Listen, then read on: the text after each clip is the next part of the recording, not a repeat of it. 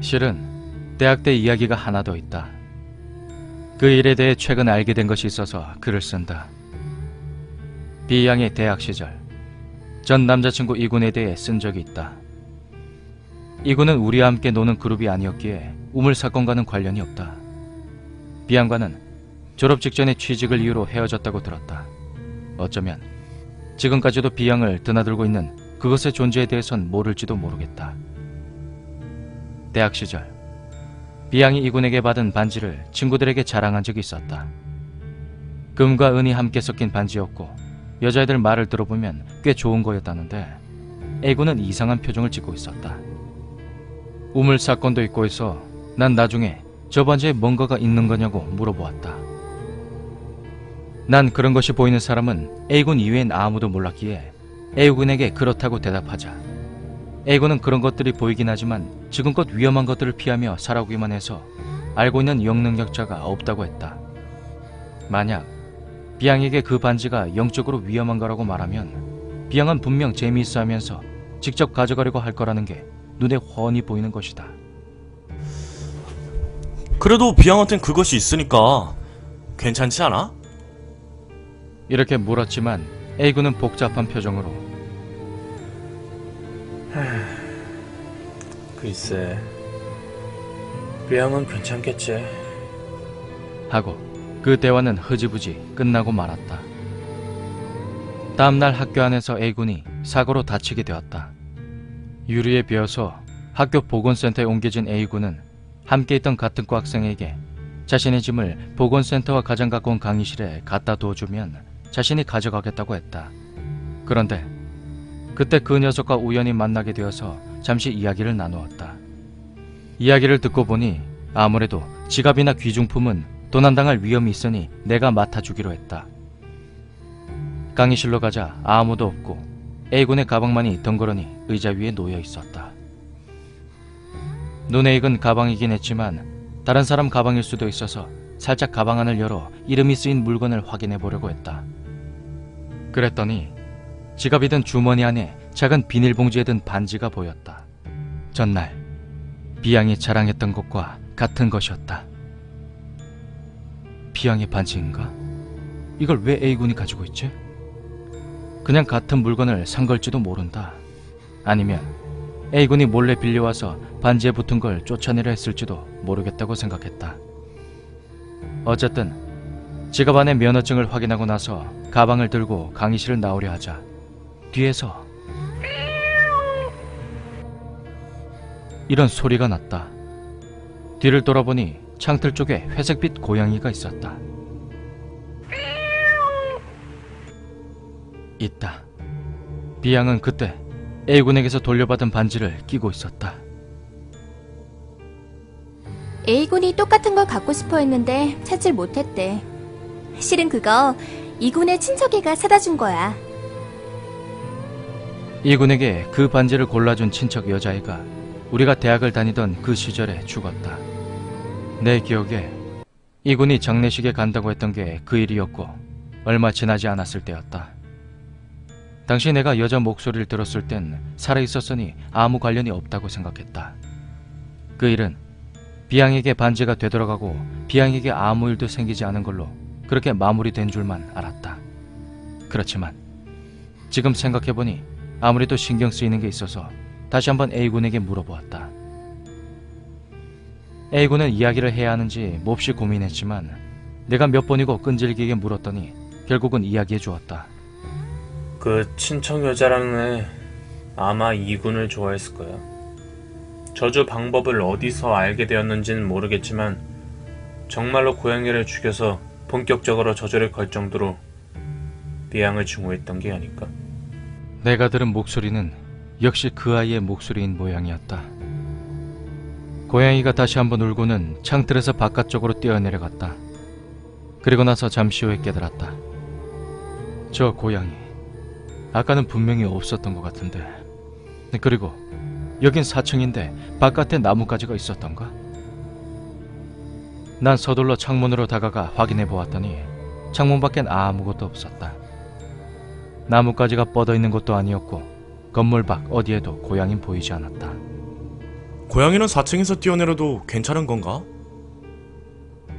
난 이런 생각을 하며 A군의 가방을 두었던 곳으로 갔다. 깜짝 놀랐다. 아까는 분명히 없었는데 가방에 엄청난 핥힌 자국들이 나 있었다. 날 놀리기라도 하듯이 다시 한번 발치해서 이런 울음소리가 나고, 그제서야 난 A군이 계속 신경 쓰고 있던 그 반지가 내가 들고 있는 가방 속에 들어있다는 걸 깨달았다. 등에선 식은땀이 흘렀다. 그리고 또다시 이런 울음소리와 어떤 소리가 났다. 발치를 내려다보니 내 신발끈 매듭이 너덜너덜해져 있었다. 역시 고양이는 보이지 않았다.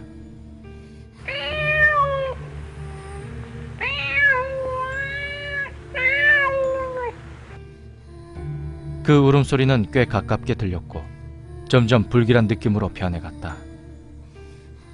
식은땀을 계속 흘리기 시작하는 내 주위를 어슬렁거리는 울음소리에 음침한 느낌의 사람 말소리가 겹쳐졌다. 너 같은 건 죽어버려. 죽어버리면 좋을 텐데. 이상하게 그 목소리는 또렷하지 않고 메아리처럼 울림이 있었다. 굳어버린 난 바로 휴대폰을 꺼내 전화를 걸었다. 컬러링이 울리고 있는 동안에도 발치에선 계속 보이지 않는 고양이가 울고 있었다. 신발과 가방에선 찍찍한 소리가 나고 내려다보니 왠지 바닥에도 흠집이 더 많이 생긴 것 같았다. 네, 여보세요?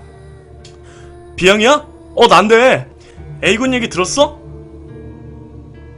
고맙게도 비양은 학교 안에 있었다. 서둘러 A군이 다친 걸 이야기해주고 가방을 좀 맡아달라고 부탁하자 비양은 흔쾌히 승낙했다. 난 전화를 끊고 A군의 가방을 들고 온 힘을 다해 달려서 비양이 있는 곳으로 갔다. 그동안에도 끝없이 고양이의 울음소리가 들리고 나지막히 죽어버리면 좋을 텐데. 이런 여자의 중얼거림이 들려왔다. 건물에서 빠져나오자 슉 하고 다리 사이를 빠져나가는 듯한 느낌이 들었고 발이 꼬여서 화닥 넘어졌고 세워져 있던 자전거에 부딪혔다. 괜찮아? 비양이 큰 소리로 물으며 달려왔다. 손 좀 봐. 다리에서도 피 나잖아. 비양이 소란스럽게 날 부축하며 짐을 들어주고 정신을 차려보니 고양이 울음소리와 여자의 목소리는 들리지 않게 되었다. 나중에 확인해보니 다리의 상처는 자전거에 부딪힌 것이 아니라 손톱 같은 것에 긁힌 자국이었다.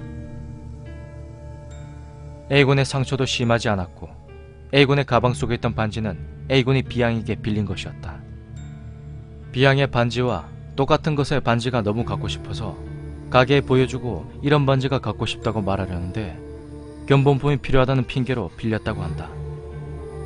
내가 그 가방을 비양에게 맡겼다고 말하자 A군은 그래 라고 말하고는 고양이와 여자 목소리에 대해선 아무 설명도 해주지 않았다.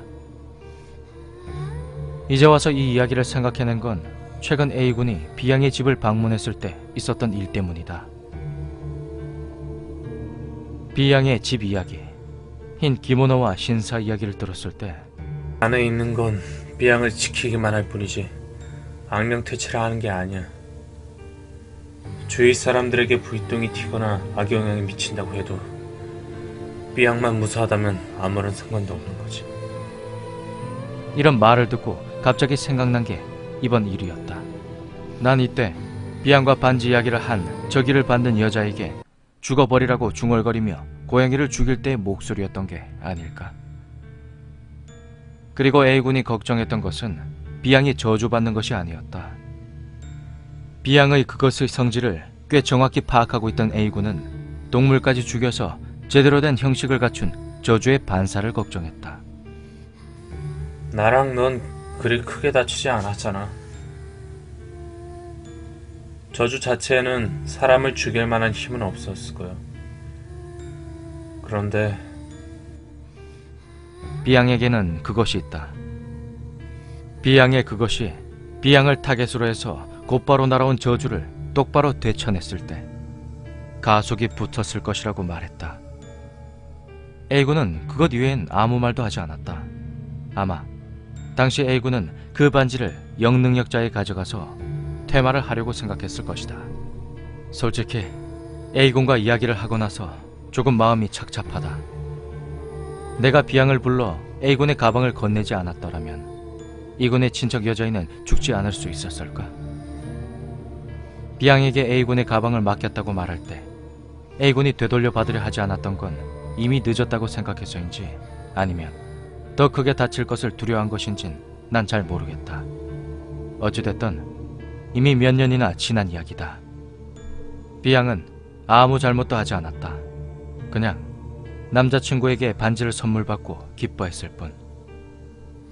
조금 허술한 부분도 있지만 기본적으로는 착한 아이고 A군이 똑같은 걸 찾고 싶으니 잠시 빌려달라고 했을 때에도 흔쾌히 반지를 내어주는 녀석이다. 그렇지만 내가 잘못한 것이라고 생각하고 싶지도 않다. 마음 한켠에는 A군과 난 의도치 않게 휘말린 것뿐이라는 생각이 든다. 상대가 비양이 아니었다면 아마 아무도 죽지 않았을 거라는 게 머릿속에서 떠나질 않는다. A군이 복잡한 표정으로 아무것도 해줄 수가 없어 라는 말을 되풀이하는 기분을 나도 처음으로 이해하게 되었다.